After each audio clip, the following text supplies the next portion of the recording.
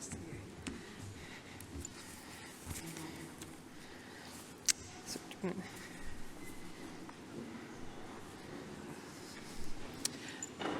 Uachtarán agus a cóirda fáilte roimh go léir go dtí Coláiste na Tróide. So welcome to each and every one of you to Trinity College, and in a very particular way to our poet president, who honours us with his presence this evening. And we're most delighted to have you and Mrs. Higgins here with us. It's a very special honour for us. And of course, a very, very special welcome goes to the family of Brendan Kennelly. Brendan has had a long association with Trinity, but we always knew that we only borrowed him from his beloved Ballylongford in North Kerry. So we're delighted to have you with us this evening. I have no doubt on this occasion, it's an occasion of mixed feelings for Brendan's family and for everybody here. The loss of Brendan is still so recent and so strongly felt in everybody's heart, while at the same time, we're here to remember the joy that Brendan brought to the world. I think there's no better way to honour Brendan's memory than through song and story, so it's very apt that we're doing that this evening. Before we do that, I just want to say a small few words about Brendan. Brendan was Professor of Modern Literature here, and he made a deep and lasting impact. The tribute paid by our School of English after his death last October captures this vividly, and I'm just going to read out what they said.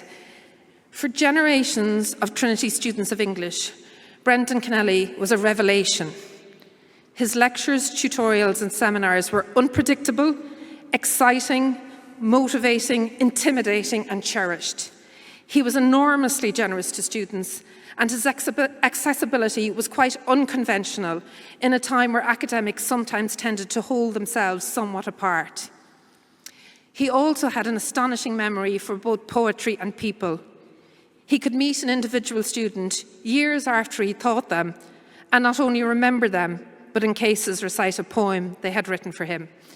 And I actually couldn't have put that any better myself, so I was very honoured to borrow those words because I think it's just a beautiful way of describing and remembering Brendan. I was never a student of Brendan's, but I did get to know him like many people across this campus did, just by bumping into him and having the opportunity to chat to him. Brendan touched people with his words, and he also reached people with his charm, his gentleness and his warmth. I suspect we will all experience this again during the evening's beautiful programme. Brendan's influence extended far beyond Trinity. His work in Mountjoy Prison challenges all of us in academia to engage with people beyond our lecture halls and seminar rooms. Brendan reached into the homes and hearts all around Ireland. His influence was profound and positive. His life shows why we need writers, why we need thinkers, why we need artists, why we need poets. They shape our conscience, our memory, our outlook. And when they depart from us, it is right that we remember them. And this evening, it's right we remember Brendan Kennelly. I would now like to invite President Higgins to address us. Thank you.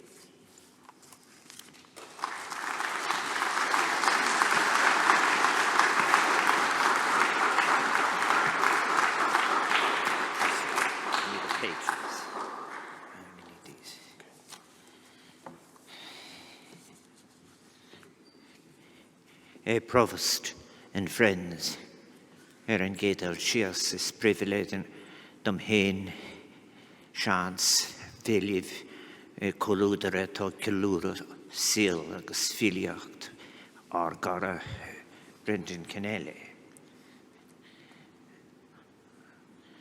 I still recall a great and wonderful occasion we had in the Abbey Theatre, Provost, when we were celebrating Brendan's 80th birthday. And I just think as well as I came in here now about the times I met Brendan in Trinity College and the times I went across the cobblestones to meet him over 30 years ago when I was setting about the task of trying to make poems. And that's why in my first collection, Betrayal, there is a poem dedicated to Brendan, to the poet who found magic. And then I think in the second collection, when we spent a great deal of time, I remember a different poem that I dedicated again. It was called When the Muse Visits, which I was very honoured that Brendan had in that room full of books that I used to visit. And we made many journeys across the cobblestones. Some journeys we made in daylight from O'Neill's, and some we made later. But it is part of the generosity of Brendan's life, was the openness he was to being of assistance, and the very positive, helpful way he could tell you about when the life and the line and the sound were coming together. I think of him then in a way of being a great companion, and it is an honour to be here with he couldn't have a better company paying tribute to him this evening than his fellow poets and those who worked with him. I think on an evening like this, they're going to be reading Brendan's poems, and they've made selections. And there is such a huge body of work from 20 collections to choose from. And then in addition to that, there is the range and depth of Brendan's work across what he taught, but also about the ground that he broke. For example, the position of women in his Greek tragedy, the translations of the Greek tragedies, his use of the chorus, all of this there. But I suppose what people remember, and people remember Brendan, they remember for how they came to love him, appearing on the Late Late Show, and it would get thousands of letters afterwards. And I think that what this was revealing was something very important. Part of the source of the great affection the public had for him was that he was recovering for so many moments of intimacy that had been buried in the circumstances of their life. And he was taking ordinary words and he was investing them with all of the secrets that lay behind the contracted word itself. I think, too, there was something interesting in having this person smiling and twinkling away at you there at the same time and using the words in a different way. And I think what he was really talking about was how things are never unfinished. And in a life that is a set of challenges, of contradictions, beginning with the infinite imagination that is contradicted by finite life itself, is that he was recovering for people moments of freedom from restriction and utility and intimacy. And I remember attending at what you have referred to, Provost, those readings around the country.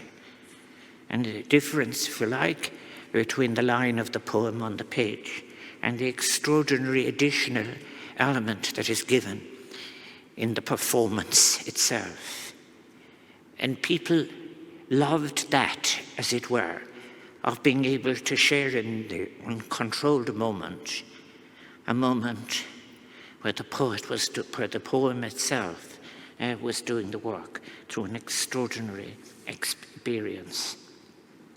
I remember very, very much as well the discussions before the publication. I remember of the work on Cromwell and on Judas. Morally challenging, essential work, but that reminding us that the category of vulnerability includes also those with a memory of an action that is going to be interpreted differently, some positively or negatively. or as a source of pain.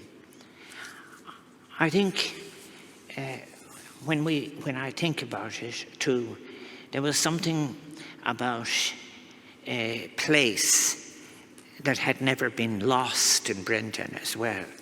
Because there is an element of, for example, his translations, wonderful translations, which caught the particular excellence that is in the ballad tradition. And I think there was an intimacy of place that removed any barrier between natural feeling, the sensate, and landscape, which is, I think, very important. And therefore, I think this will owe a great deal as well to Brendan's family. I'm so pleased that they are here, his sister and brothers and nephews and nieces, grandchildren, all of the people, in fact, who lent Brendan this great fountain of life and joy and pleasure and sensation and vulnerability and contradiction to us, so that he could be available for literature itself.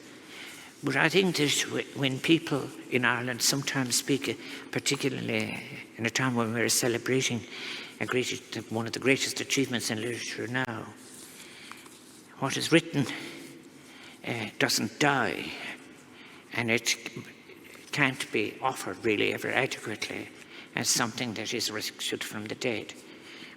Brendan said of his poems that he would love, what would you like to be remembered by, he said on his 80th birthday.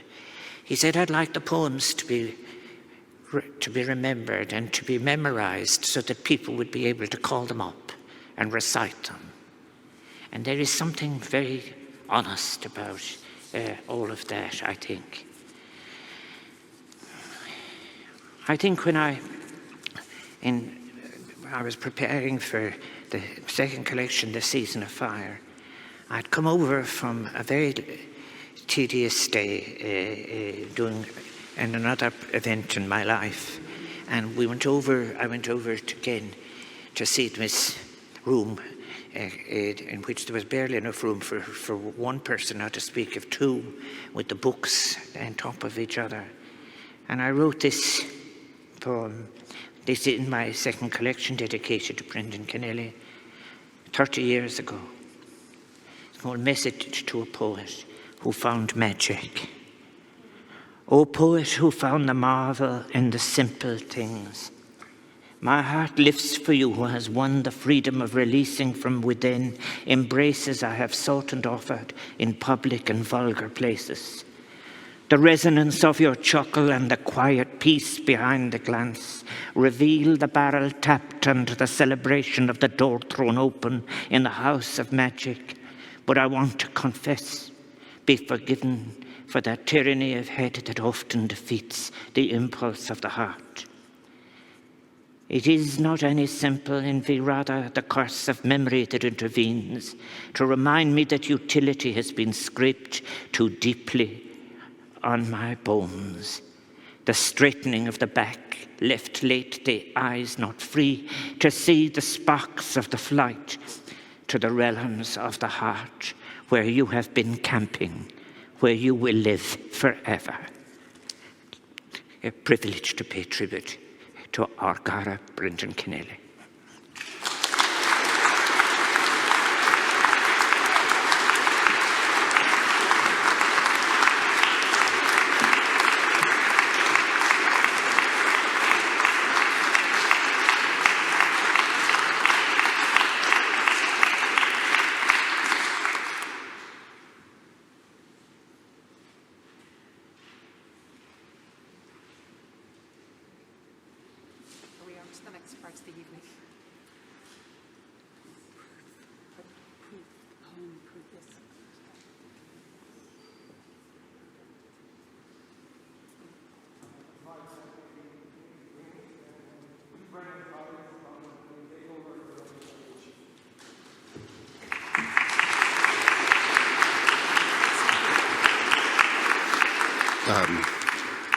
Well, thank you very much, Uthron, for those wonderful words of tribute to Brendan Kennelly.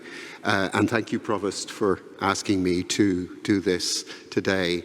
It's a very emotional occasion for us here in Trinity, the college to which Brendan Kennelly gave so much of his life. The man who is no longer here fills with his larger-than-life presence the minds and hearts of all of us gathered here in the examination hall, and the many more watching the live stream wherever you are in the world. I'm Nicholas Green, the retired Professor of English Literature in the School of English, and I'm very proud to have been asked to introduce the event. We'll be hearing today from a whole range of speakers, friends, family members, former students, staff of the college, academic and non-academic, colleagues and fellows. And we have the benefit of music from the wonderful piper Neely O'Mwelegon. All of our speakers will have their stories to tell of Brendan, their poems of his to read. I don't want to take up too much of their time, but I'll just allow myself a few memories of my own. I was taught by Brendan as a student of English here in Trinity. I came up in the autumn of 1965, and we had an introductory course on Romanticism.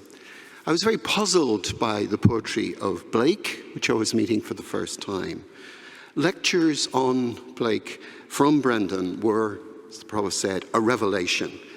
His marvelous, resonant Kerry voice, his passion for the poems, we were all carried away. From 1979, I had the great privilege of having Brendan as a colleague and a friend. And the Provost has already talked about his astounding memory, his knowledge for poems, his own and many others, indeed also passages of prose. I remember him reciting once to me the whole of the last page of Brendan Meehan's Borstal Boy. He also had, as the Provost said, an extraordinary memory for practically every student he ever taught. And I once asked him, how did he manage this? He said that when he couldn't sleep at night, and that was quite often, he was an insomniac, he would go over in his head all the students in his class, who sat where, who'd said what, and he succeeded in that way in memorizing who was who.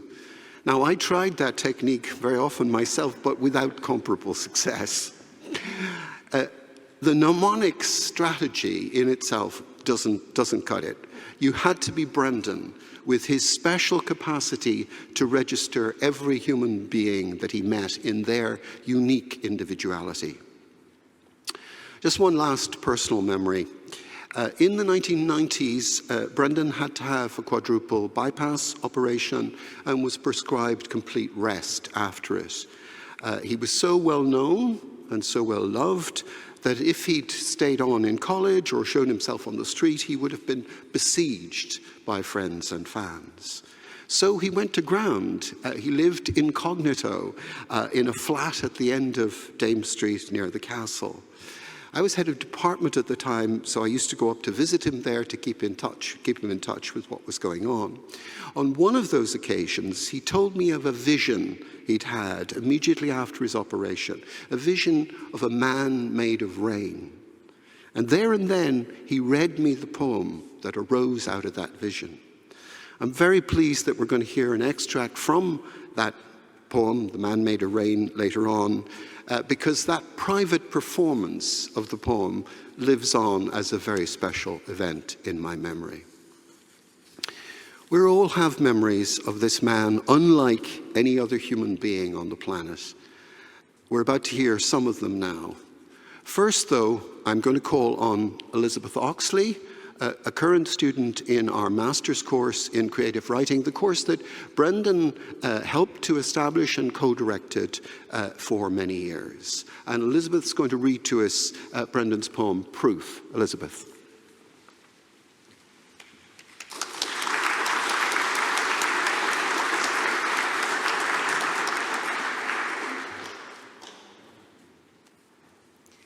Good evening. It is my great honor to be here this evening. I have become acquainted with Brendan's work by virtue of being a student in the MPhil and Creative Writing program here at Trinity. I'll be reading Proof. Proof. I would like all things to be free of me, never to murder the days with presupposition, never to feel they suffer the imposition of having to be this or that. How easy it is to maim the moment with expectation, to force it to define itself. Beyond all that I am, the sun scatters its light as though by accident. The fox eats its own leg in the trap to go free. As it limps through the grass, the earth itself appears to bleed. When the morning light comes up, who knows what suffering midnight was? Proof is what I do not need. Thank you.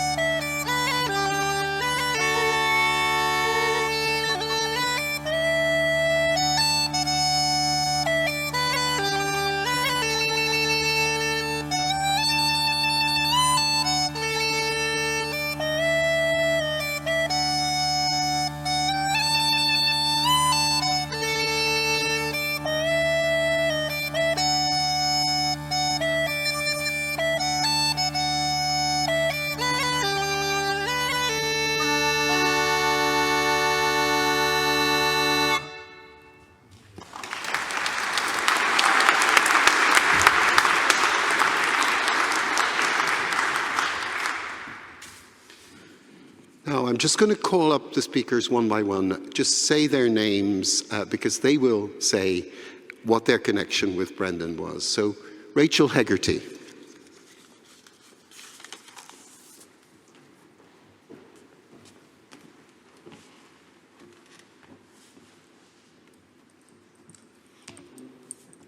The first time I met Brendan Kennelly, I was wearing a Dublin jersey.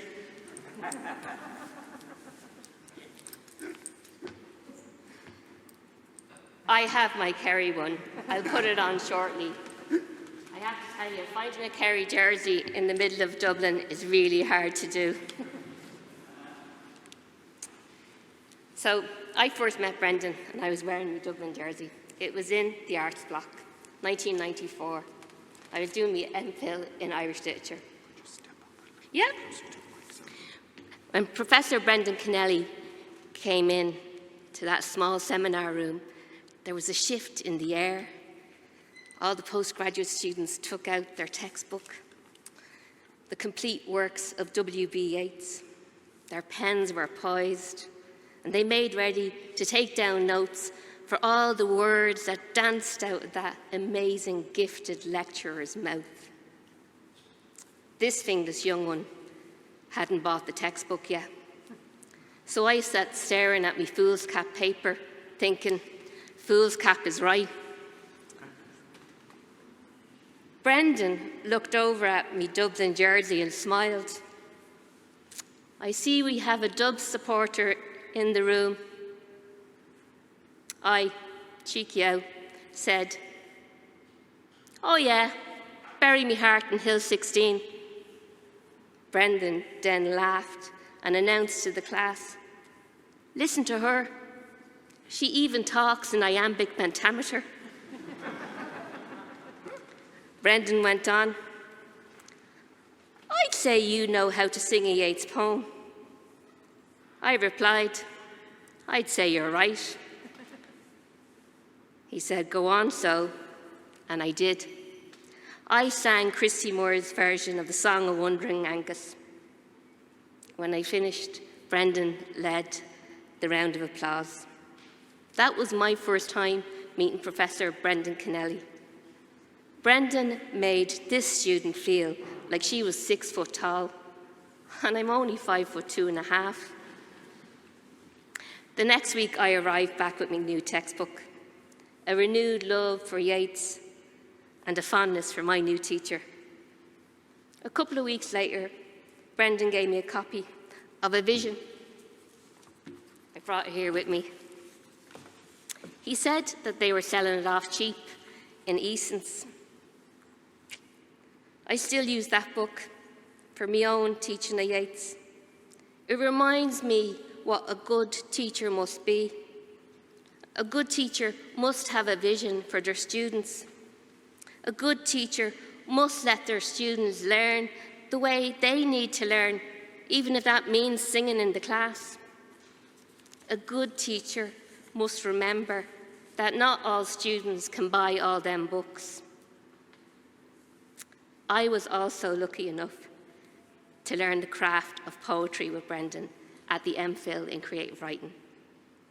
He told me poetic form might just contain all the wild fingerless images that I had and made them more beautiful. He said metre was the heartbeat of homecoming, of a migrant girl come back to her beloved Dublin and walking to the beat of her own poems. Brendan's own poems transformed me. His book of Judas changed the way I see people and religion. Cromwell changed the way I see history. And Guff, he once told me I was well able to give Guff.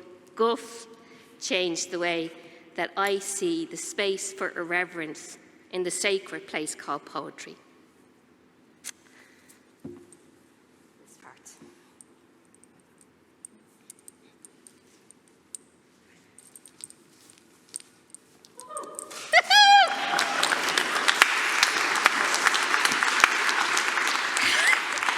Brendan Kennelly is the only man on earth or in heaven who could get me to wear a fucking Kerry jersey.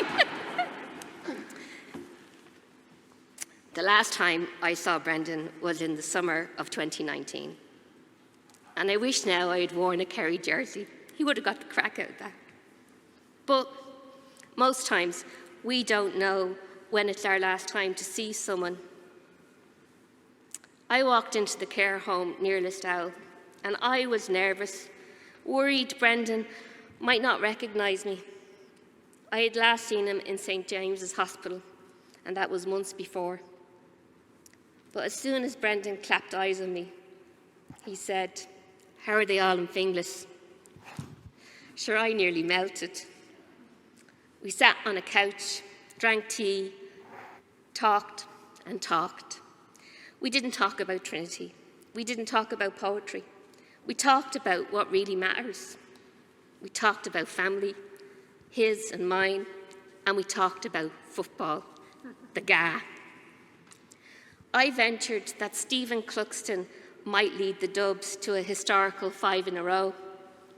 Brendan argued that the Kerry team would play their guts out and do all in their power to prevent that kind of malarkey. But he said he'd feel sorry for them Kerry players if they lost. Kerry supporters were loyal, and they had very long memories. Brendan then complained. Sure, they still blame me for losing to the Dubs in the 1954 All-Ireland Minor. I had heard this story before, but I relished in Brendan's retelling. They said I fouled Vinnie Bell, but I didn't foul him. The ref called foul, and it cost me the match. Brendan's face clouded over, and I told him what my late father, also a great sportsman, had told me. God's the only referee that matters. I gave Brendan a wink and a nod, then insisted, "I'm sure you'll get your All-Ireland medal one day." Brendan squeezed my hand and we drank more tea. Brendan Kennelly, an All-Ireland medalist, an All-Ireland poet, playwright and translator, an All-Ireland educator, a Trinity scholar, and captain of Trinity's GAA team, a doting father and grandfather, a beloved clansman to a fine tribe of relatives in North Kerry, and Dublin's favourite Kerry man. This is one of my favourite Brendan Kennelly poems. Ma tuchtran agus the van Kayla agus a gwynnalushla. I'm really sorry, there's a bad word in this poem, but it's not mine, it's Brendan's. A religious occasion.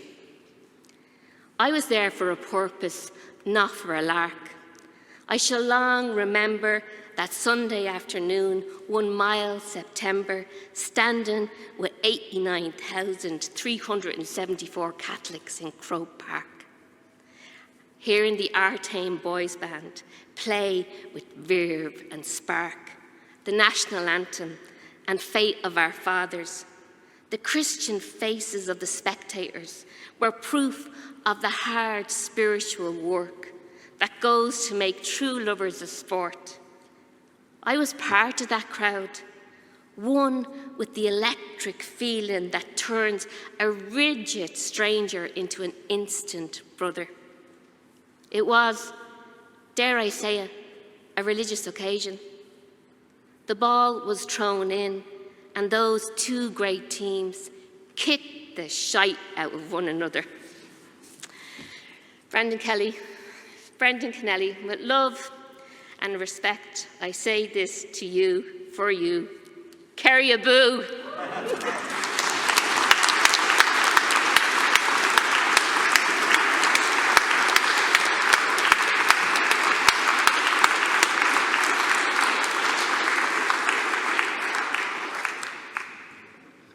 Mary McAuliffe.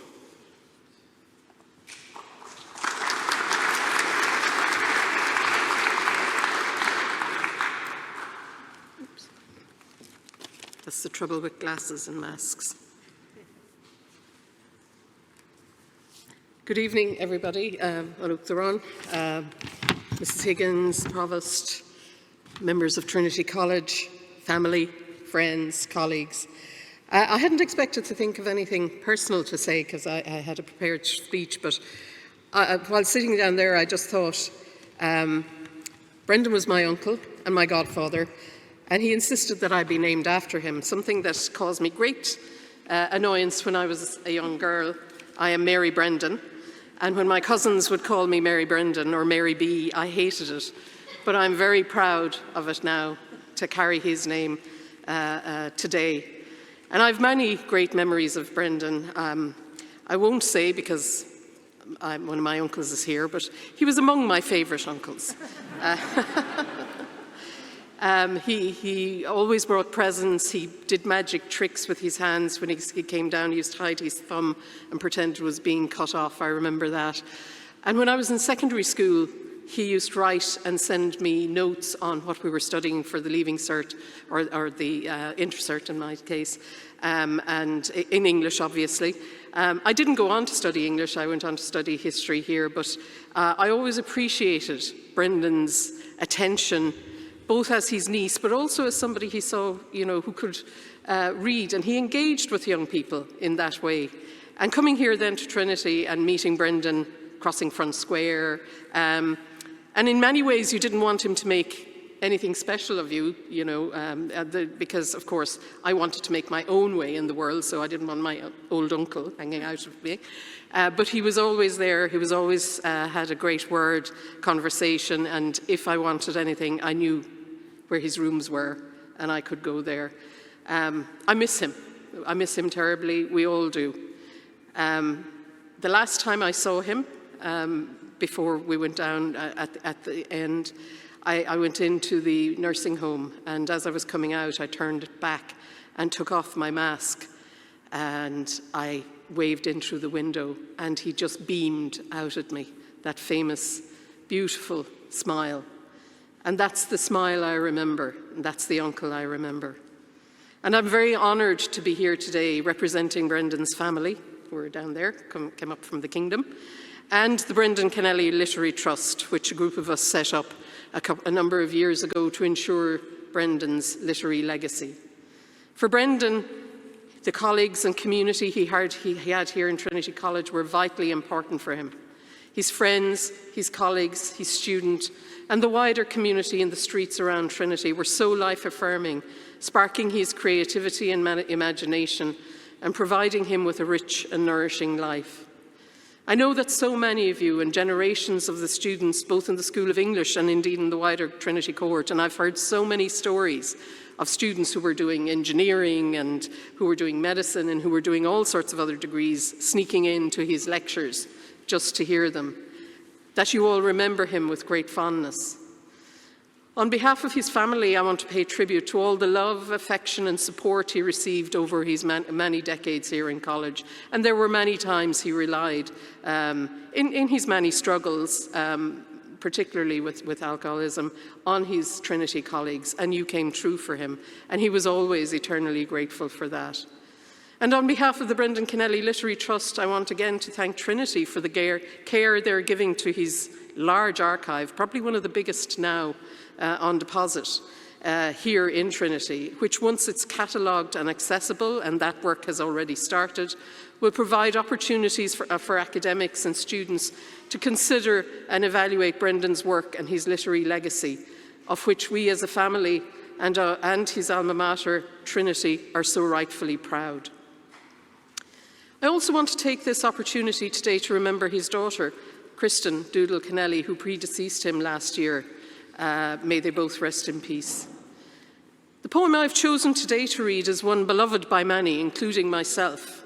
The themes of loss, hunger, death, shame, silence resonate with readers, and his references to Kerry always take me back to the stories and legends of Ballylongford, of Carrigafoyle Castle taken by the Elizabethans and the Cromwellians, granted actually to the Fellows and Provost of Trinity College, and the papers of that are on deposit here in Trinity College as well.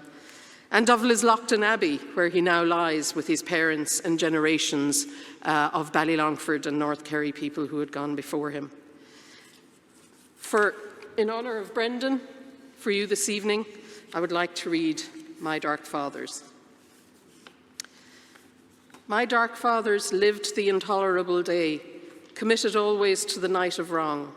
Stiffened at the hearthstone the woman lay, perished feet nailed to her man's breastbone. Grim houses beckoned in the swelling gloom of Munster fields where the Atlantic night fettered the child within the pit of doom, and everywhere a going down of light. And yet upon a sandy Kerry shore, the woman once had danced at ebbing tide because she loved flute music, and still more because a lady wondered at the pride of one so humble. That was long before the evil plant withered by an evil chance, where winds of hunger howled at every door. She heard the music dwindle and forgot the dance. Such mercy as the wolf receives was hers, whose dance became a rhythm in the grave, achieved beneath the thorny savage firs that yellowed fiercely in a mountain cave. Immune to pity, she, whose crime was love, crouched, shivered, searched the threatening sky, discovered ready signs, compelled to move her to her innocent, appalling cry. Skeletoned in darkness, my dark fathers lay unknown and could not understand the giant grief that trampled night and day, the absence moping through the land. Upon the headland, the encroaching sea left sand that hardened after tides of spring.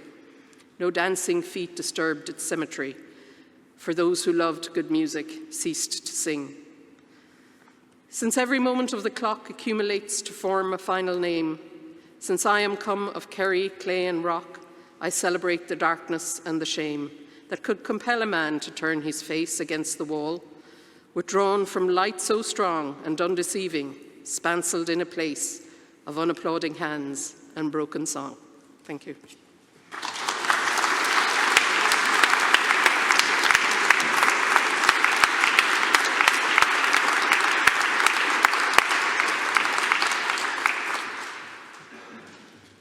Katie Donovan.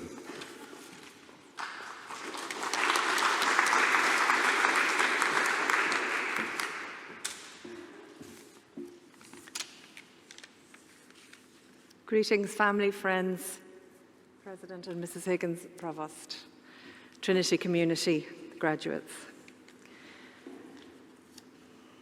Brendan Kennelly was a very gifted, mercurial poet whose career involved experimentation, self-questioning, musicality. He was never happy to rest on his laurels. And like Yeats, take the mask off now. This is my man made of rain mask. It's kind of like gone on my face. Start again. He was never happy to rest on his laurels, and like Yeats, continued to challenge himself fearlessly through the decades. Although I'd already started reading his poetry in my teens when I began writing my own, and I was a fan, I didn't actually meet Brendan until I came here in 1980 as an undergraduate and student of English literature. He was an amazingly inspiring and eloquent lecturer in an English department which was full of wonderful teachers, some of whom are here today or joining remotely. We were spoiled.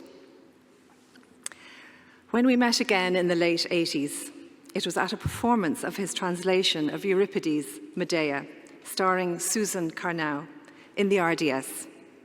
It was an electric performance. Brendan had tapped into that rich vein, the rage of women against mediocre men, with the power to curtail their lives and silence their voices. And I think more recently, the play raises a topic that's very relevant to our times, and that is of the plight of the refugee woman, doubly displaced. This is Medea's voice. Women of this city, do not turn critical eyes on me. Your eyes are full of judgment, but devoid of justice. He's a snob, she's a whore, he's a drunkard. I pitch judgment to the winds and cry for justice. I cry for justice, though my life is over. It is the sweet taste of life I have lost. I, who have tasted the sweetest moments life can offer, so sweet I knew they could not last. Sweetness is brief, bitterness is long. The man who was my world, my sun and moon and stars, my sacred rivers and holy mountains, has proved himself not a man, but a poisonous snake. And yet he feels and thinks, schemes, manipulates and plans, handles emotions as if they were money, which he deposits safely in his pocket, fingering them for comfort and for fun. Oh yes, he feels and thinks, and yet of all the creatures the fertile mind of nature has conceived, there are no creatures who can feel and think like women. That is why we are the unhappiest creatures on the face of the creative earth. First, all dressed in white. For the most part, we are the playthings of men's bodies, the sensual toys of tyrants. Till the day he marries, a man can conceal his true nature by the careful exercise of style. Style, that elegant lie. After marriage, his true nature begins to emerge. Marriage, happy, horrible, or dull, is revelation. If separation follows, the woman is often the object of sniggers, the man an object of sympathy. If the marriage remains intact, a woman needs second sight in order to handle this stranger who is her bedmate. What are his expectations, his midnight tricks, his desires to hurt or be hurt, his terrified or savage ways, his cold kindness, his savage caresses, his lawful barbarisms, the tragedy and comedy of intercourse, his sudden loss of interest in her body, his turning his back on her as if she didn't exist. Does she, my friends? Does a woman really exist apart from the attention a man pays to her? Women of this city, you and I are not in the same position. This is your city. You belong here. You are here. Your friends are here. You are comforted by familiar sights. I, on the other hand, am homeless, husbandless, exiled and forsaken, wronged by the man I loved, with nobody to turn to in this hour of cursed misfortune. Now, dear sisters, dear women, with whom I have shared my nightmare, there is one thing I must ask of you. If any punishment falls on my husband's head, if he is driven naked and lunatic through the streets, screaming obscenities most citizens have never heard before or even dreamed could ever exist, if he should lose what is nearest and dearest to him in the world and storm demented at the sight or thought of unbearable loss, tearing the flesh from his own bones, then, my sisters, I ask of you only one thing: your silence.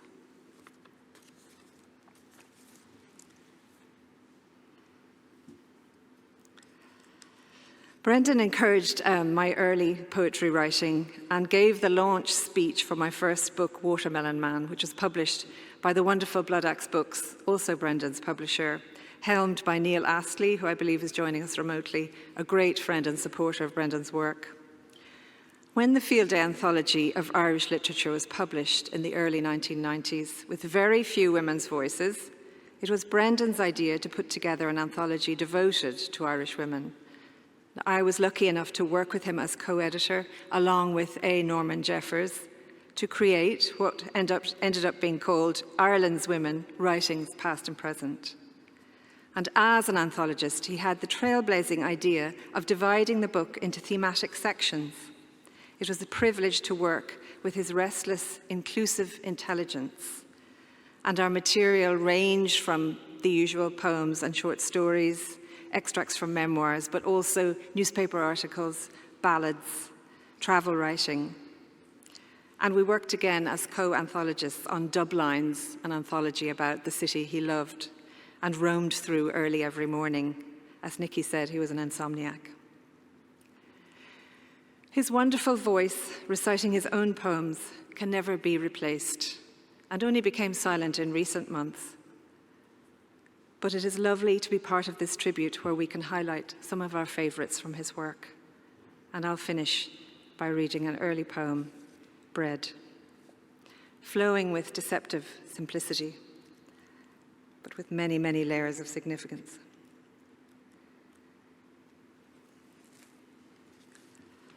Someone else cut off my head in a golden field. Now I am recreated by her fingers. This moulding is more delicate than a first kiss, more deliberate than her own rising up and lying down.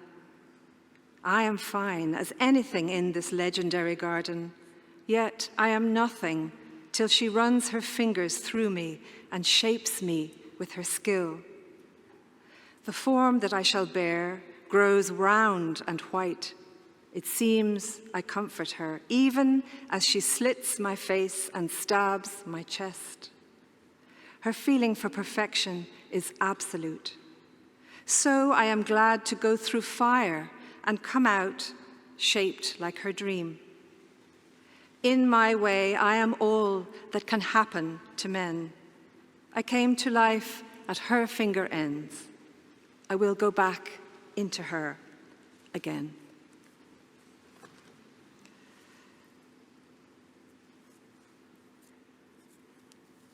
Thank you.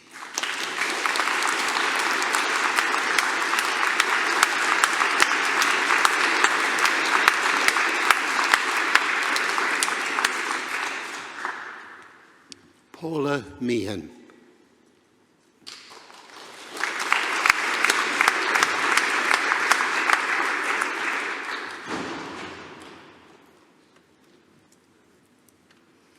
Augtron, Sabina Higgins, Provost Linda Doyle, and I can't tell you how much happiness it gives me to yoke that honorific to the first woman Provost.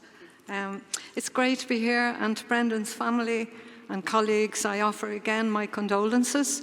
I was in Greece when Brendan died, when the news came through. And the last time I saw him was in St. James's Hospital in the sunroom, the visiting room, which had the strange title of Tir na Nog. So that gave us a great opportunity for hilarity. There were so many occasions when Brendan intervened in my life, often just with the force and ferocity of his attention to what I was saying, which is such a gift to a young person, to be taken so seriously and yet have such an hilarious time. That attention was his great gift to the world. I remember many occasions when he helped me out with poetry when I was an undergraduate here in the university, but our real friendship as adults dates from around the time of the publication of Cromwell. I had come back from the United States, where I studied in a graduate program, and I came back in 1983 into the middle of a terrible recession. Most young people of my age, in their 20s, were heading in the opposite direction, escaping out to some work. There was no work. And I met Brendan in O'Neill's, and he was asking me, what are you doing? And I said, well, I've just come back from America. I've no work. I don't know what I'm going to do. I've nowhere to live. And he made one of those interventions that really changed my life. He said, well, I'm designing a program for writers in prisons. And of course, you know, that was the joke, that you'd be sent in on a residency. He said, would you be interested in going into the prisons? And I said, yeah, I'd be interested in any work at all. He was designing this program for the Arts Council. So in I went, and the next decade, right into the 90s, I spent a lot of my working life teaching poetry, or being taught poetry, more likely, in the prisons of the state. It was a fantastic education. It was the making of me. But what I'll always remember is what he said to me when he asked me would I be interested. He said, it would be really good for you. It would burn off some of that class anger. I don't know if it did, but it certainly gave me a life. I'm going to, as I said, I'm going to read from this marvelous book, Cromwell. It was published in 1983 by Beaver Row Press, a small poetry press, as many of the poetry presses are. But it was the lure that brought Neil Astley, his marvelous publisher with Blood Axe. Somebody sent this to Neil as the small press that originally published it was going defunct. And Neil saw the tremendous genius of the man and became his devoted publisher since. So Cromwell, for me, it gave me, when I'd meet Brendan about the streets in Dublin, he'd say to me, don't tell me what you think, tell me what you believe, say it. Say, use the word believe. Say, I believe, not I think, I think, I think. And it really was most salvific, because it certainly stopped a lot of my ramblings. If you have to say, I believe something, it is a big step from saying, I think something. I just want to say as well that Cromwell, the great gift to me of it was in relation to Irish history. I asked Brendan, what should I read to prepare myself to read this book? Because he draws from Cromwell's letters and from biographies of the man. He says, you don't need to read anything. You just need to bring your own self as an Irish woman to the book. Like the book of Judas, it shows us how we use our own hatred to scapegoat people. In a way, it forced me to look inside and realize the kinds of scapegoats I found for my own failings. It also showed me how I internalized the outside oppression of history, and why be oppressed by being in a post-colonial society when you can oppress yourself. So it had many teaching lessons for me, and like Brendan's intervention with the work in the prisons, it came at the exact right time. So I'm going to read the last two sections of it, which resolve some of the extraordinary material in the book. When I consider what all this has made me, I marvel at the catalogue. I am that prince of liars, Xavier O'Grady. I am Tom Gorman, dead in the bog. I am Luke O'Shea in Limerick prison. I sell subversive papers at a church gate. Men astound me. I am outside women. I have fed myself on the bread of hate. I am an emigrant in whose brain Ireland bleeds and cannot cease to bleed till I come home again to fields that are a parody of peace. I sing tragic songs. I am madly funny. I'd sell my country for a fist of money. I'm a big family. I'm a safe-hearted Puritan, blaming it all on the Jansenists who, like myself, were creatures on the run. I'm a homemade bomb, a smuggled gun. I like to whine about identity. I know as little of love as it is possible to know. I bullshit about being free. I'm a softie crying at the sound of a bell. I have a tongue to turn snake spittle to honey. I smile at the themes of the old poets. Being lost in myself is the only way I can animate my foolish wit. Do I believe myself? I spill myself. Believe me, if you will. And the last piece in what is a long poem, a long book-length poem, is A Sad Amen. The unbelievable dawn is again upon me like a chain letter informing me I'm cursed as a man unless I copy it out 50 times where I am right now and send the copies to 50 strangers who in turn will each send copies to 50 others who in turn. I rise instead, greeting light as a friend, inviting me out to walk through the grass.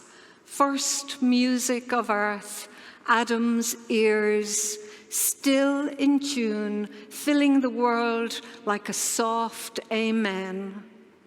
This music loves my heart and eyes. It caresses my blood, kisses my skin when I bend to pick up a mushroom, shaped like the white roof of nightmare caving in on my sleep.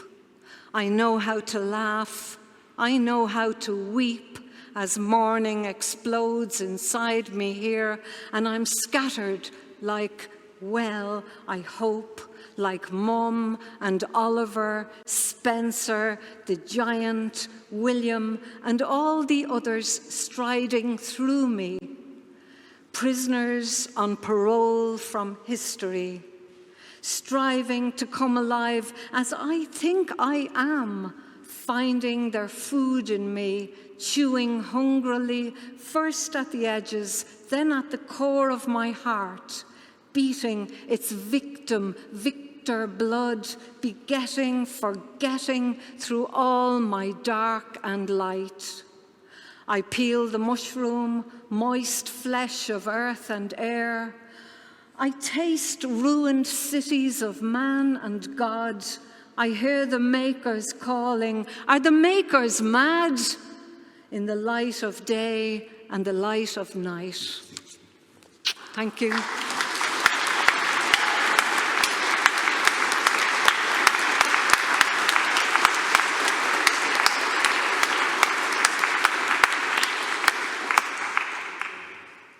Gerald Dawe.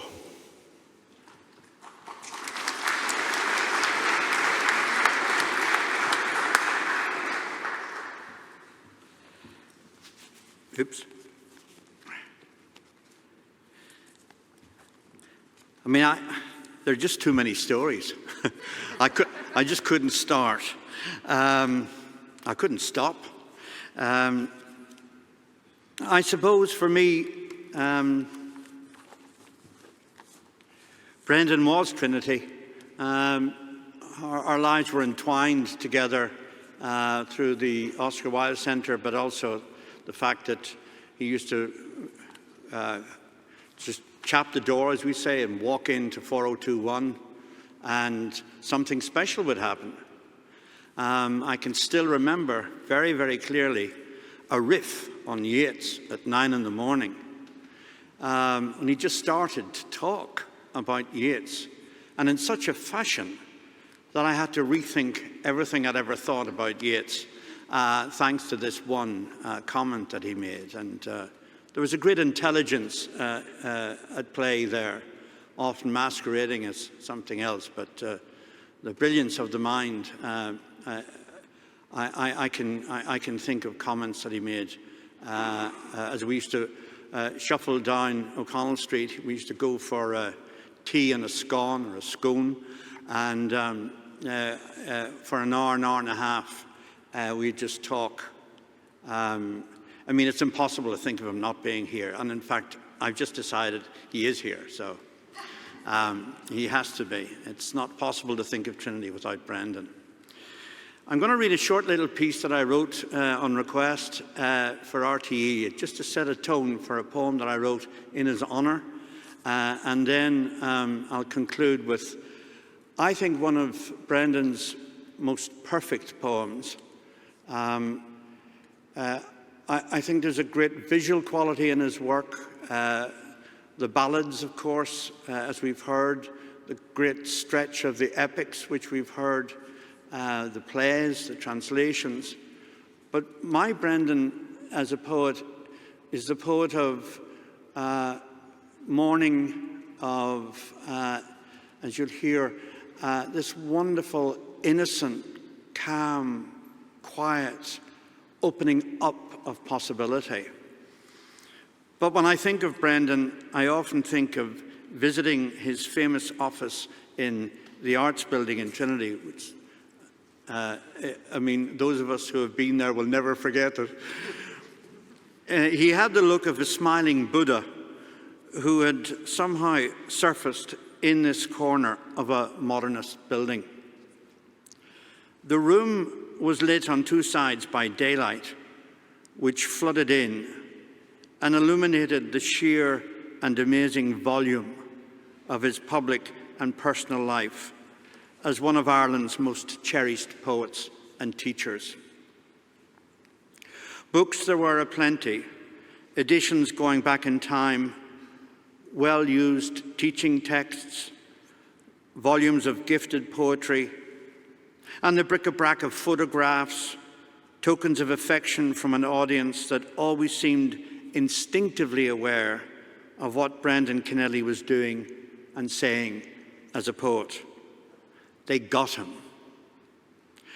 Be that in the darker, moody introspections or his wild, playful mockeries, the poetry of Brendan Kennelly entertained local audiences like no other. Brendan's was a richly lived and hugely productive life.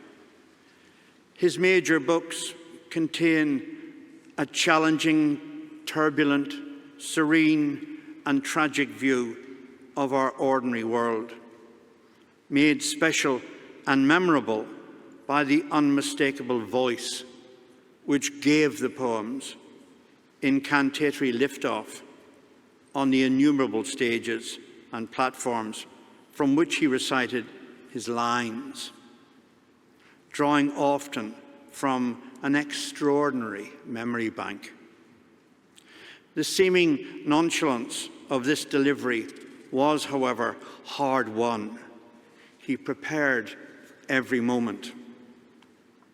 When a book was nearing completion, during his incredibly productive phase of the late 80s to the early 2000s, I would stand amazed by the sheer recollective power Brendan had in recalling lines from an epic such as the groundbreaking Cromwell or the Book of Judas.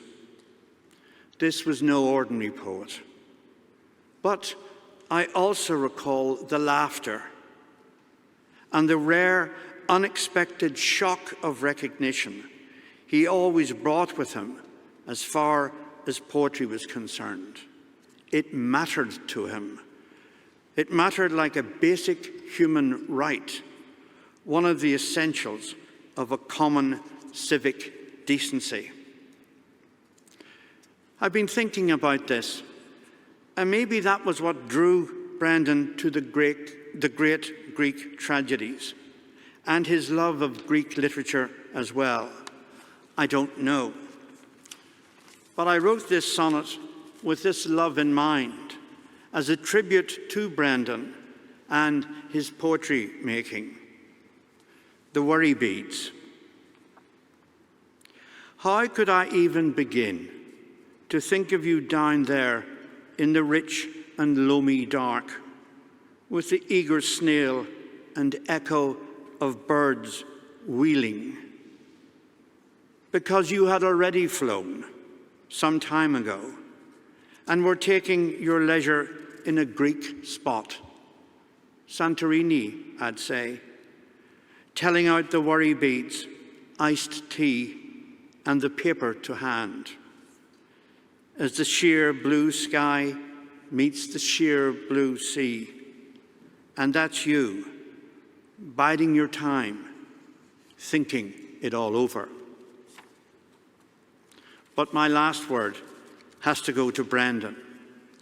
And in his poem, Getting Up Early, the dreamy, pristine local world unfolds with a rare sense of wonder, placing Brendan for me as the clear inheritor of Patrick Kavanagh's visionary imagination. Getting up early. Getting up early promises well. A milk horse on the road induces thoughts of a sleeping world and a waking God. This hour has something sacred. Bells will be ringing soon, but now I'm content to watch the day begin to bloom. I would only waste my breath on poor, superfluous words. How perfectly they wing for me, the new, invisible birds who celebrate the light that spreads like love to windowsills, as morning steps like a laughing girl down from the Dublin hills.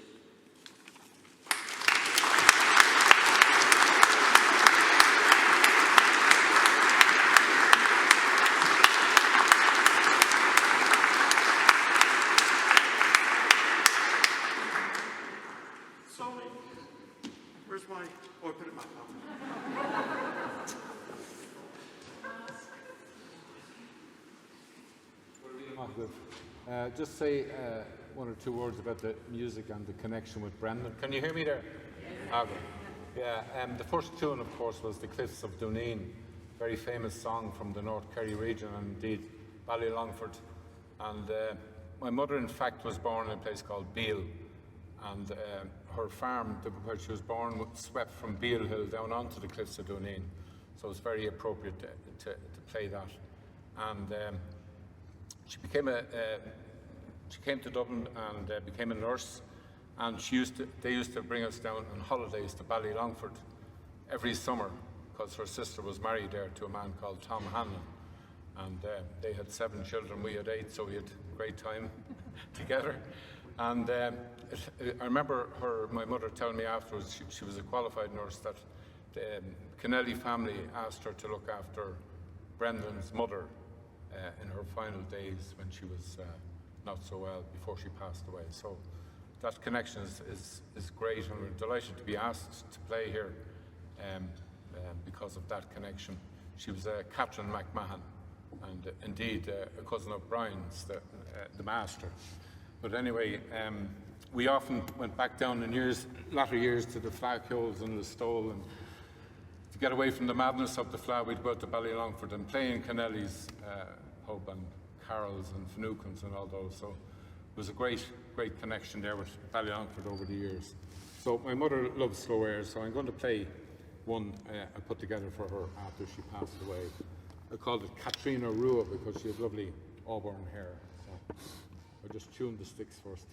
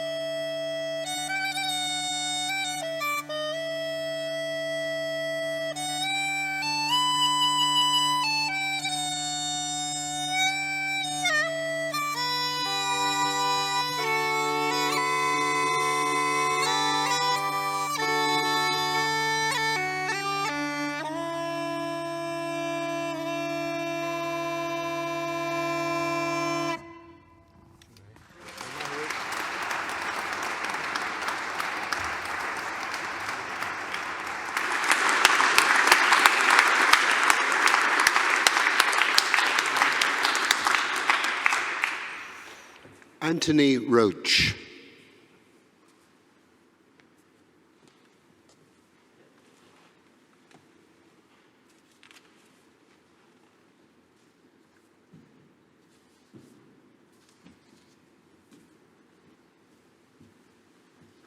Thank you, Nicky. Friends of Brendan, President and Mrs. Higgins, Provost, ladies and gentlemen. I would like to say a few words about Brendan as a teacher, as someone who had a shaping influence on my life. I would then like to read a brief extract from his long poem, The Man Made of Rain. My first lecture when I came to Trinity as a student of English in 1969 was by Brendan Kennelly. I don't know what I was expecting, but it certainly wasn't the irreverent and intellectually bracing force of energy that appeared before us. The effect can best be likened to a blast of fresh air blowing open all of the windows in a crowded, musty room. I heard some great lectures from Brendan over the next 4 years, especially on poets like Patrick Kavanagh and Emily Dickinson. But it was in the close-up tutorials that he had the greatest influence on me. In one of them, the first of this tutorial, he asked each of us in turn what we were reading. I replied the poetry and novels of Leonard Cohen. Brendan pressed me further, and I mentioned the music. He said that he wanted me to write an essay on the poetry of Leonard Cohen. I can still see, I've kept the piece, it's the only one I've kept from that year, and I can still see the dogged handwriting in which it was written. I received a B++, but it's the only one I've kept. because it's the only one that contains any evidence of my inner thoughts and emotions at the age of 18. In the tutorials, we also discussed the plays of John Millington Synge, and it's no accident that I went on to write a PhD thesis on Synge's plays. And so to the last time I saw Brendan. In 2015, I published a book on the Irish dramatic revival, which was co-dedicated to him. I was determined to seek out Brendan and place a copy of it in his hands.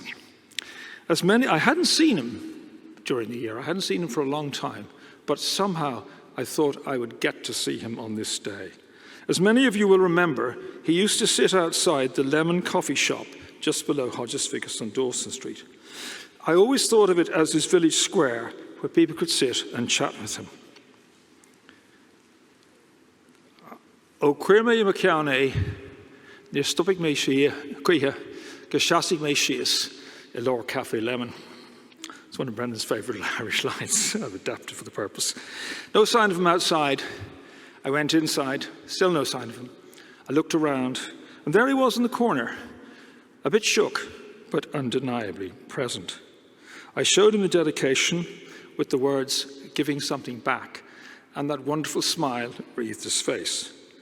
I left it, he immediately started reading the book. I started reading it right there and then. And I left him at it, and it's the abiding image I have of him. As Nicky Green was saying, The Man Made of Rain was written after Brendan's heart operation. I think a number of figures feed into the man himself. One is the great poet and visionary and artist William Blake, who Nicky also mentioned. He's also a figure from Irish mythology, from the other world, who takes Brendan away for a while, and Brendan wrote his PhD on Irish myth. But it also reminds me of Ebenezer Scrooge, because likewise, here is a ghostly visitant who is going to bring Brendan to visit scenes of his past and bring him to confront things he would rather avoid. The issue of child abuse is represented in the poem by the individual case of what happened to one 8-year-old boy called Brendan Kennelly. With the mediation of the redemptive Man Made of Rain, the poet confronts the legacy of the suppressed past in his own psyche. Anyway, here we are. Major operations on the body operate the mind. At 4:20, the goddesses let their waters flow, stories of long ago. Paddy Brawley traps me between his legs. He's 80 years of age. I'm 8. He's laughing. His knees bang me, manipulating. Cotton is what he'd call it if I start screaming. Now I have you trapped. You'll never escape. More than half a century later, I'm trapped between his legs. His old penis twitches like a rat in his grey trousers. His laughter is a cage as well. Paddy Brawley is a bit of hell. The bones of his knees are digging into my eyes. My mind is bleeding. He's laughing. Why is blood always surprising? Is the pillow drenched? Are the feathers protesting? What can I do but let the blood flow, like memories of long ago that are the living now? Madcap antics, love, hate, rage.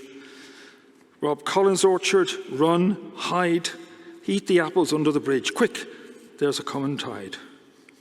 Tonight, I'm trapped in a cage. No cotton. Mind bleeding never ends. What's half a century between friends? Now is then is now. No such thing as long ago. In the stillness of the night, in the prone silence of the body, I know the fierce, uncontainable flow of the gentle eyes of the Man Made of Rain. It is part of me tonight, this high springtide of blood, lifting in its rising hands images I cannot hide. How much have I hidden? How much have I lied? Give me the courage to rise and flow with the tide. I can't see him, but I know he's standing out there, in here, in the darkness, in my mind, at my side. Thank you.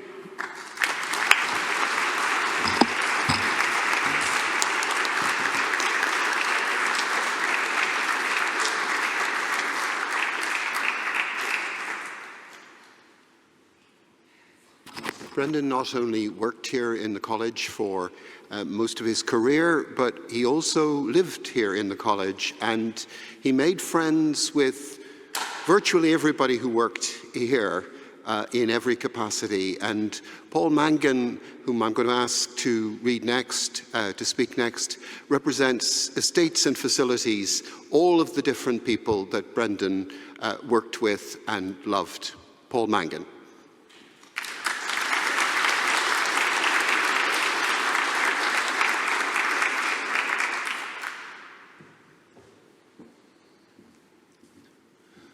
Uachtaráin, Mrs. Higgins, Provost, family, friends and colleagues of the late Brendan.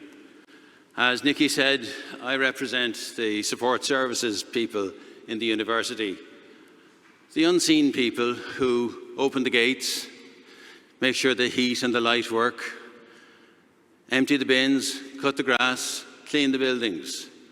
Brendan had great time for these people, and they loved him dearly. And that was a feature of Brendan. He had time for people. He stopped and he talked to people. He treated everybody equally. He treated everybody with great respect. And I exchanged pleasantries many, many times with Brendan as we passed in the square. And no matter what happened on the day I met Brendan was better than the days I didn't meet him. So I've been asked to read one of his poems. And it's a poem that has great memories for me, because there was a time when a number of us in the university were involved in a charity called Outreach Moldova, which funded, built and operated an orphanage for handicapped children in Moldova. And every year we would hold a fundraising dinner in the dining hall. And after the dinner, there'd be a charity auction. And just before the auction, Brendan would read a poem. And then we would auction framed copies of this poem, which had been decorated by a calligrapher. And they always made vast sums of money, thousands of euro for each copy of that poem. Such was the thrill the audience received from listening to Brendan read the poem. So the poem is Begin. Begin again to the carolling birds, to the sight of the light at the window. Begin to the roar of morning traffic all along Pembroke Road. Every beginning is a promise, born in light and dying in dark. Determination and exaltation of springtime, flowering the way to work. Begin to the pageant of queuing girls, to the arrogant loneliness of swans in the canal, to bridges linking the past and future, to old friends passing, though still with us. Begin to the loneliness that cannot end, since it perhaps is what makes us begin. Begin to wonder at unknown faces, at crying birds in the sudden rain, at branches stark in the winter sunlight, at seagulls foraging for bread, at couples sharing a sunny secret, alone, together, while making good. Though we live in a world that dreams of ending, that always seems about to give in, something that will not acknowledge conclusion insists that we forever begin.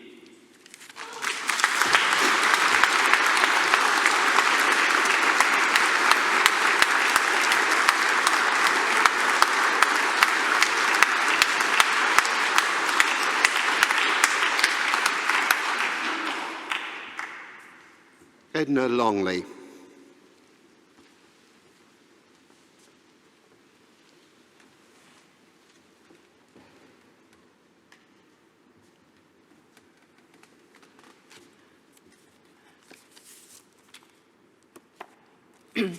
I'm honoured to be part of this tribute to Brendan. I became a student here in 1958. Student memoirs of Trinity in the 1950s and 60s often feature encounters in the then reading room. They suggest a degree of chatting and chatting up that made the place a perpetual hubbub. In fact, I think we did some reading too. But I have a vivid memory of talking to Brendan for the first time in the reading room and being in awe of him as a student in the year above, as already a celebrated college poet and personality, a magnetic presence. Brendan was also the first person from Kerry I ever met. He probably made it unnecessary for me to meet anyone else from Kerry. Brendan gave me a special nickname, which I'm not going to tell you, as I suspect he did to other friends. And he always used it when we met in later life. Those meetings were mostly brief encounters. Somehow, on academic trips from Belfast to Dublin, I would often run into Brendan, and I recall many brilliant and unrepeatable things he said. I also recall many delighted encounters with his poems, of course, including The Shock of Cromwell, which I reviewed enthusiastically. My most extended time in Brendan's company was not in Dublin, but on the appropriately volcanic Greek island Santorini. In 1991, Michael and Brendan were invited to Santorini to be translated by an argumentative gaggle of Greek poets. Our teenage daughter, Sarah, accompanied Michael and me, and Brendan dedicated his poem, Santorini, to the three of us. This poem is about the experience of being translated and about how poetry, in various senses, translates us from one place or plane to another. For me, it also brings back a time sunlit by Brendan's presence, as well as by the Aegean weather.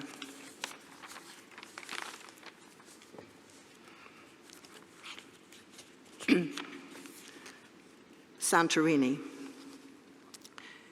In this volcanic dreaming place, 6 Greek poets resurrect my mother's face and set my father dancing again, as if death had never happened. Nikos, Yanis, Stella, Liana, Demosthenes, John, smile as the Blasket Islanders make love to the sand women. They grapple with my daughter's questions. What happens, all the flowers? What happens, all the people? And when a memory shivers with images of love and loss, and Yanis asks, what is this pain?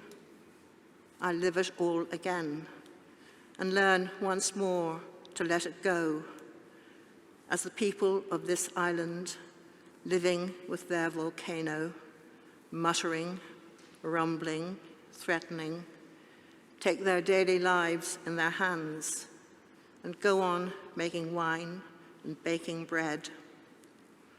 I'll take 2 volcanic stones and put Atlantis in my pocket. When will this earth explode again? Liana, Demosthenes, John, Stella, Yanis, Nikos. Your precise fire will sing for me in my explosive country. And when I look into your book, a small boat making a huge V in that blue sea will astonish me with gratitude. I touch the stones. My mother smiles. My father dances. My daughter peppers me with questions. A swimmer finds his music. An ambulance screams in mercy. I build a bridge of love. The willow speaks. The lightning dreams. The blackbird sings. I make a wish. The gift appears to bless this art that deepens friendship through the years.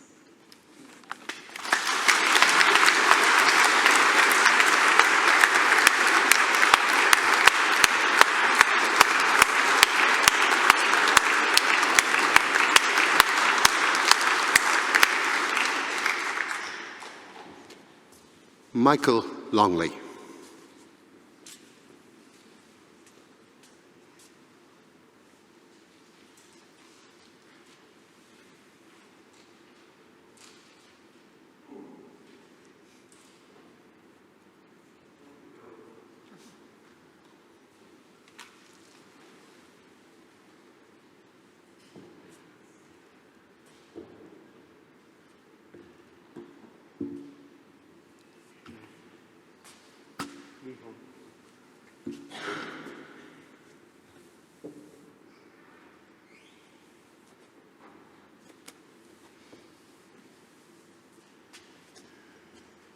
Apologies for the slow build-up.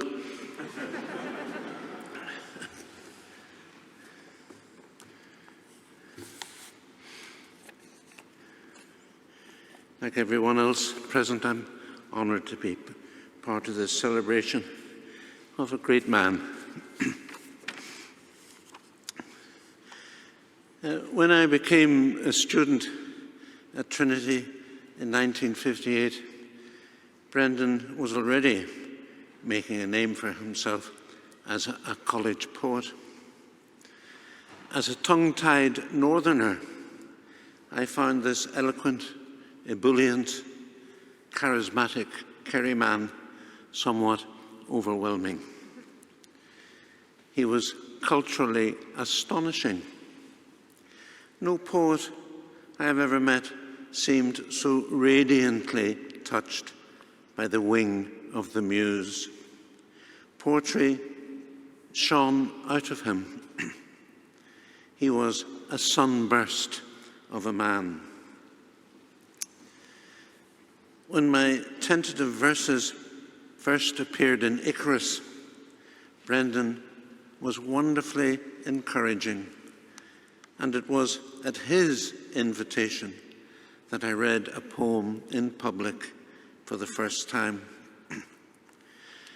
In 1960, he and I, among many others, took summer jobs in a grim pea canning factory in England. For dozens of us student slaves, Brendan acted in loco parentis, a natural pastor, a defiant bird of paradise, sheltering us timorous house sparrows. He showed us how to assemble our rusty iron bedsteads and improvise mattresses out of flattened cardboard boxes. His smile lit up the gloom. In a poem I wrote later about that experience, I called Brendan a tubby, rollicking, broken Christ. There was for sure something divine about him. And I'll read the poem about the factory. It's called The Factory.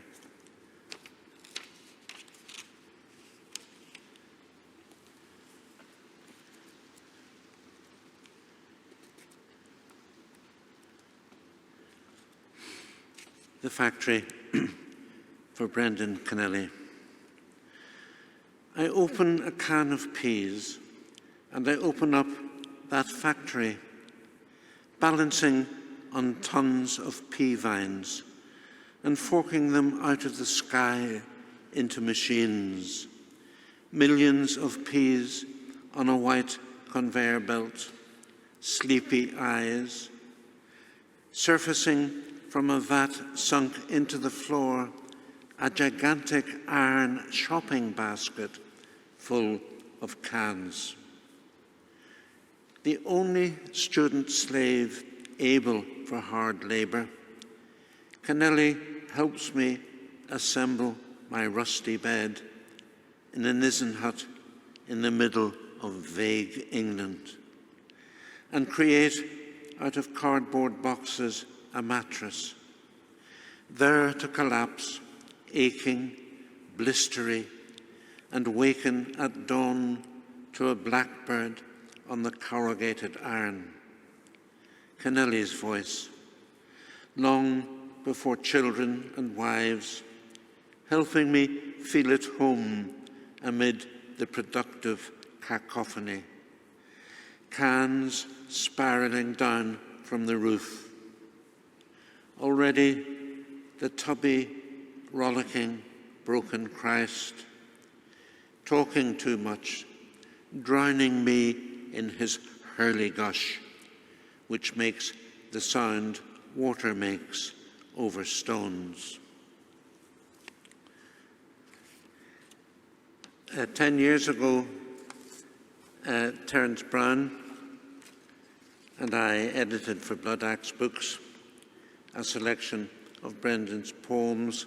It was called The Essential Brendan Kennelly, and it was a labour of love. We delighted in bringing into sharper focus the lyric grace of his genius, its rage and its rapture. I love and revere the man and his words, and I'll end by reading one of my favourite Kennelly poems.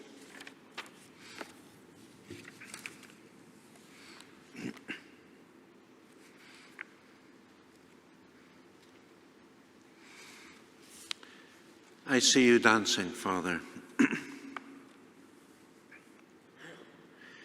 No sooner downstairs after the night's rest and in the door than you started to dance a step in the middle of the kitchen floor. And as you danced, you whistled. You made your own music, always in tune with yourself.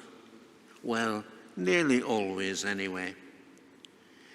You're buried now in this Longley Abbey, and whenever I think of you, I go back beyond the old man, mind and body broken, to find the unbroken man. It is the moment before the dance begins.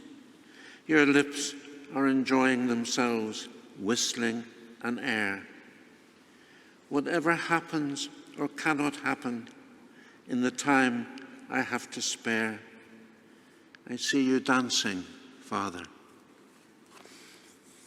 Thank you.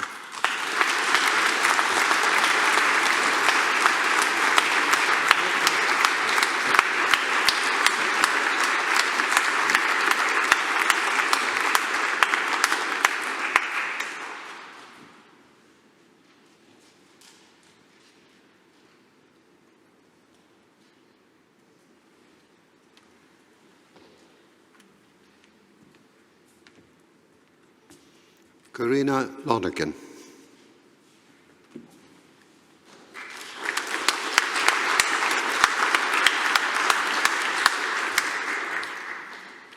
President, Provost, and friends, I think this is a celebration of friendship, and I feel very honoured to have been asked, but I'm also very moved by it. I think it is just wonderful that we're coming together to remember somebody who was a friend, a generous, always giving friend in different ways to all of us, whether as a teacher or, in my case, as a colleague. Because Brendan and I were appointed more or less at the same time. I think I came in '61 and he in '63.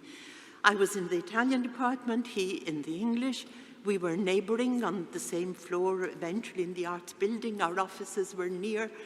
And we travelled together, all 55 years at least, because when Brendan retired, well, I continued to come into college daily. Brendan lived in college, and our conversations would no longer be in the Arts Building, but they would be on the benches in College Park. And I could tell from his face, as I went by, it was a day that he wanted to converse, and then I would sit down and talk with him. But I could also tell the days when he really was lost in his own thought, and it was better to pass on. And what I want to speak about today is really Brendan, hugely popular in Italy. And it goes back to very early in our friendship, because first of all, I had done work on Yeats and Italian influence in Yeats and Castiglione.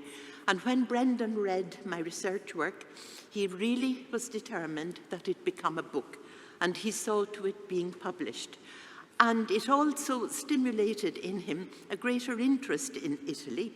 And when, in 1968, I was asked by the Cultural Affairs Committee to go to Italy and to promote new voices. They didn't want Yeats, they didn't want Kavanagh, they wanted new names that wouldn't yet have been popular outside the island, new poets, and I was to speak about them in these 5 major universities. Now, of course, I turned to Brendan and said, Brendan, I need your help. I have to promote you. This is a great big task I've been given. And I said, they actually want 2 poets. What do you think I should do? Well, he said, there's another one that's really worth promoting, and his name is Seamus Heaney. So I did very well. I had a beautiful script. I really knew I was winning. And I did in a way, but what the Irish Embassy didn't know quite when all the arrangements were made, that in spring 1968, there were student riots. And I wasn't able to go to 3 of the 5 universities for safety. It simply was not allowed. And it was amazing that thanks to Giorgio Melchiorri, and some of you will know him as a very great scholar, Giorgio Melchiorri really smuggled me into a room in Rome University where students were actually locked inside and couldn't exit, but I had a lovely group of students and gave them my lecture and chatted with them. It began something wonderful, because then it became even a discipline to look at Irish voices writing in English, coming on from 1968, the 70s. It developed in various universities, publications, and several students came, masters, graduate students came to study with Brendan here in Trinity.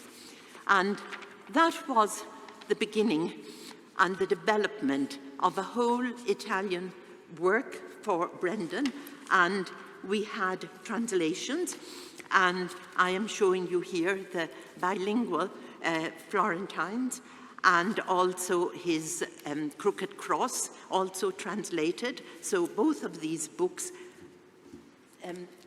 were published in Italy. And then finally I was able to achieve what I really wanted to do, something for Brendan, and bring together a collection of his poems. And it is called Brendan Kennelly, The Essential, thanks to Michael Longley and Terence Brown and their selection. And this is a bilingual edition that came out in 2017. It has an essay from President Higgins, who very generously donated it for this and translated into Italian. And from this book, I'm going to just read you 2 translations. One of them is fresh in your mind in English, and it is I See You Dancing, Father, which Michael has just read. And I will read it for you in the Italian translation. Ti vedo ballare, padre. Appena scese le scale, dopo il riposo della notte, ancora sulla porta già ti mettevi a ballare nel bel mezzo della cucina. E mentre ballavi, fischiettavi, una musica tutta tua, sempre intonata a te. Beh, insomma, quasi sempre. Ora sei sepolto nell'abbazia delle Slaughter e ogni volta che penso a te col ricordo vado oltre l'uomo vecchio, mente e fisico spezzati e ritrovo l'uomo che eri. È il momento prima che inizi a ballare. Le tue labbra si dilettano a fischiettare una melodia. Qualunque cosa accada o non accada, nel tempo che mi resta ti vedo ballare, padre. Now, the three translators, all at some stage of their lives, Melita Cataldi, Giuliana Bendelli, Rosangela Barone, were here in Trinity, worked with Brendan, were taught or learned from him, as I did all my life, although he never technically taught me. It was an ongoing learning with him. And I am really delighted that they have done this work and that it is also the first of a series of poets, European poets in Italian translation. And it was decided that Brendan would launch that series for Jakobuk. I shall read you a second poem, and appropriately I have decided, the translators suggested it also, a language, because I think that this is a poem where Brendan is sensitive to the richness and complexity of one's own bilingualism, and in his case, of course, it is Gaelic. So I shall read it first in English and then in Italian. I had a language once. I was at home there. Someone murdered it, buried it somewhere. I use different words now, without skill, truly as I can. A man without a language is half a man, if he's lucky. Sometimes the lost words flare from their grave. Why do I think then of angels, seraphim, cherubim, thrones, dominions, powers? I gaze amazed at them from far away. They're starting to dance. They are shaping themselves into vengefully beautiful flowers. Una lingua. Avevo una mia lingua un tempo. Mi ci ritrovavo. Qualcuno l'uccise, la seppellì da qualche parte. Ora uso parole diverse, in modo maldestro, fedele per quanto posso. Un uomo senza una lingua è uomo solo a metà, se gli va bene. A volte le parole perdute guizzano nella tomba. Perché a quel punto forme angeliche mi vengono a mente, serafini, cherubini, troni, denominazioni. Poetestà, li fisso stupito, in lontananza, e si compongono in forma di fiori, di vindice bellezza. Garamilla Mahagif Goler. Grazie e thank you.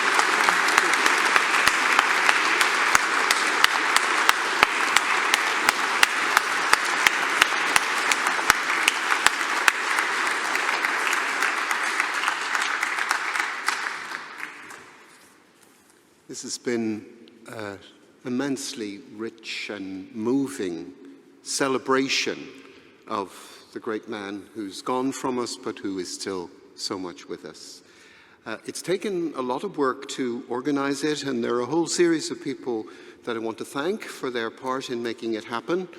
Ruth Archbold and Abigail O'Bardoyne in the School of English, Claire Tracy in the Provost's office, Kay Lynch in the President's office, Maura Bailey and the whole team at Estates and Facilities, Philip Coleman and the Brendan Kennelly Trust.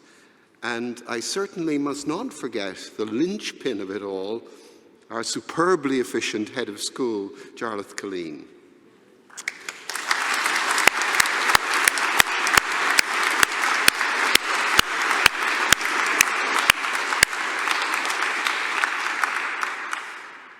Finally, I want to thank all of our speakers, our fine musician, and once again, the President for being here with us to honour the memory of his dear friend and ours, Brendan Kennelly.